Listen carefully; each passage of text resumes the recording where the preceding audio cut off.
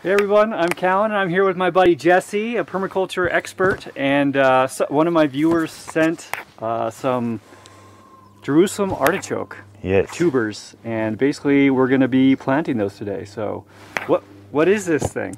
Okay, so Jerusalem artichoke is in the sunflower family, and of the plant families, sunflower family is a really good family to know because you can eat everything in the sunflower family.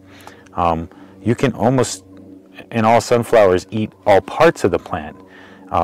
This one, obviously, it looks not much like an artichoke, and it's not much flavored like an artichoke either. It's more of a tuber. So this is a root of a plant, and there's all these little corms off of it, and these will all make other plants. And it's starchy and, you know, delicious. So is it even in the artichoke family? No, it's not. Okay. It's in the aster family. Okay. So and how would you normally eat this? What was the way you would use this specific plant? Good to bake or roast it like a potato, you know, or you could boil it like a potato and use it very similarly in flavor. It's reported that the second day they're better because something changes about their sugars. After you cook them? Yeah. And then are they annual, perennial? Or this is a perennial plant, and this is, you know, what I love to grow the most of in my garden, because perennials, you know, proliferate and become more and more every year, or get bigger and bigger every year, and you always get more, and you don't have to constantly till and dig and replant, you know, as you do with annuals.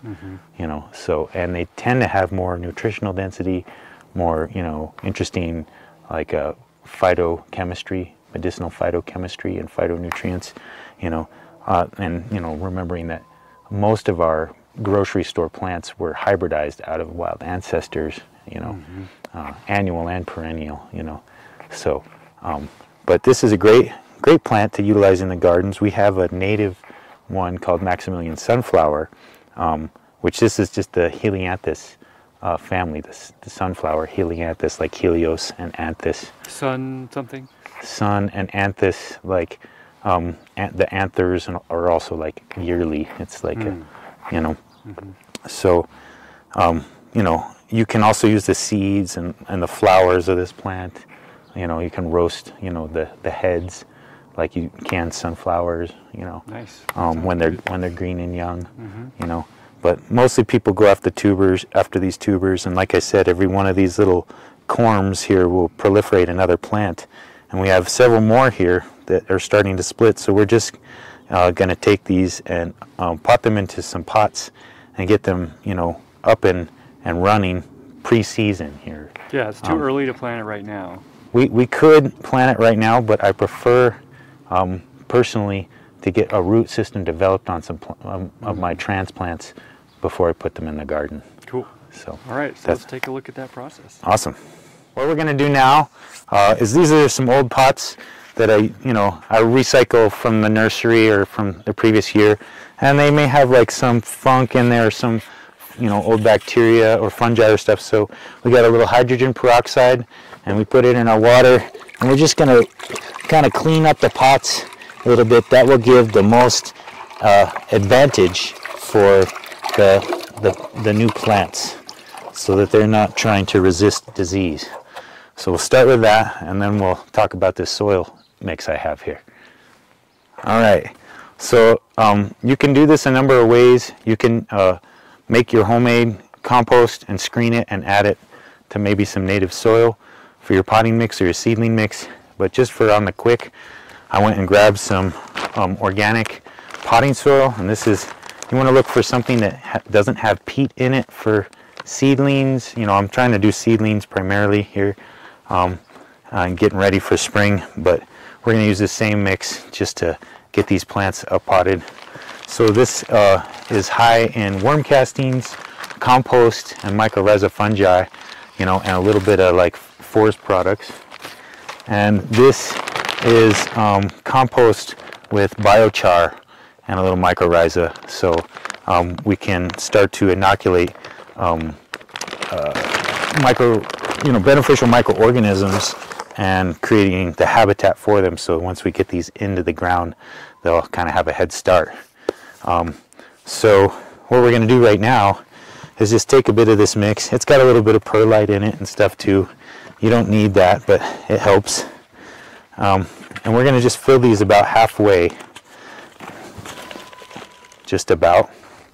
And we're going to take one of these tubers, and you can see this little end pointing up. This is starting to create it knows it's spring, so it's already starting to crack out of its, you know, winter self.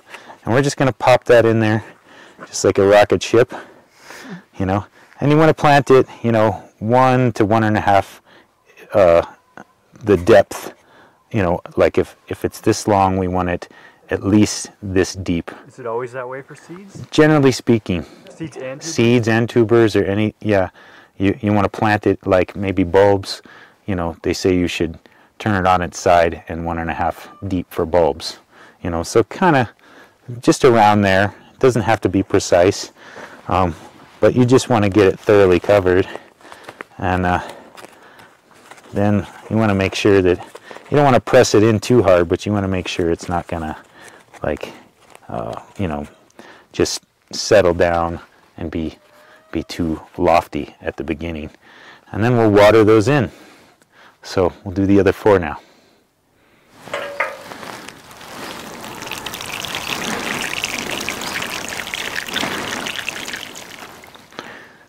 Might have to water them 2 or 3 times to get the whole mix nice and wet.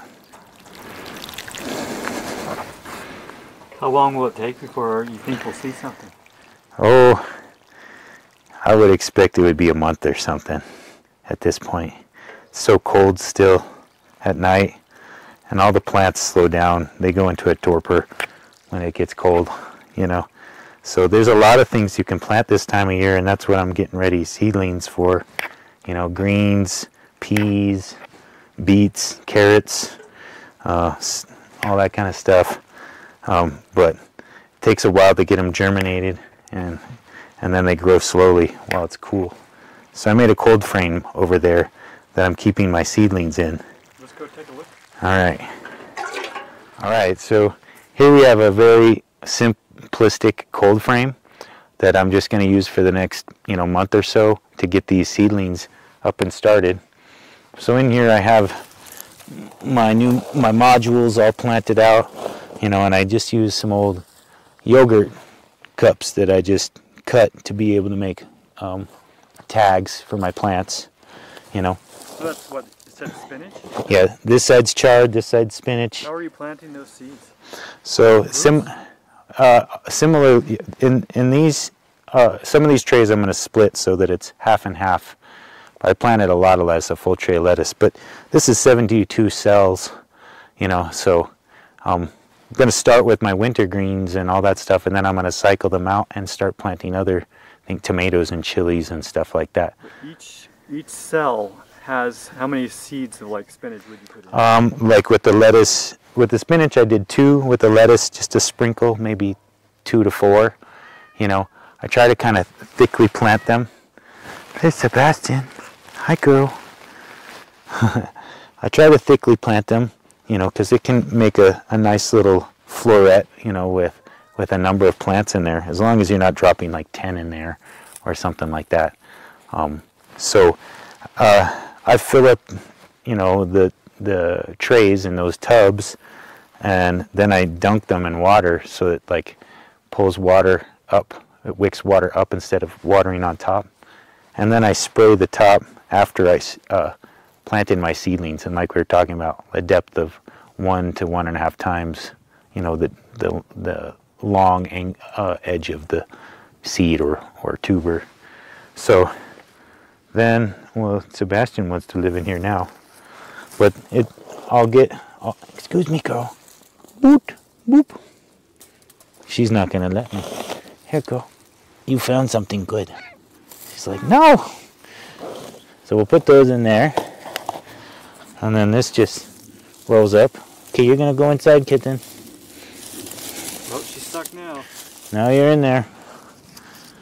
And then you just put the glass over the top. Where'd you get the glass? This was just some you know, leftover glass from, now there's a kitten in there. How do you feel about that, Sebastian? Want to come out, girl? it's just the kind of thing that I'm always looking out for. I think someone gifted me this window and it broke because I'm, you know, making cob cottages and stuff like that, and I can always repurpose that kind of stuff. So I gather it up, you know, occasionally, and then I put it to use for stuff like this. And when it's done, we'll just peel this apart and use all this straw in the garden as mulch. So this is another way, permaculture, you know, kind of hack, reusing things. So I just like take these old yogurt things or whatever, you know, hummus or whatever you got going, and you just cut them off like that, and then you got plant tags. So we can write Jerusalem artichoke on all these, and we'll know exactly what's what in case we start amassing, because the idea is here in the spring we're going to amass a bunch of plants we're going to plant out into the garden. So hope you got something from this. Hope you have a beautiful day. Yeah, see you later.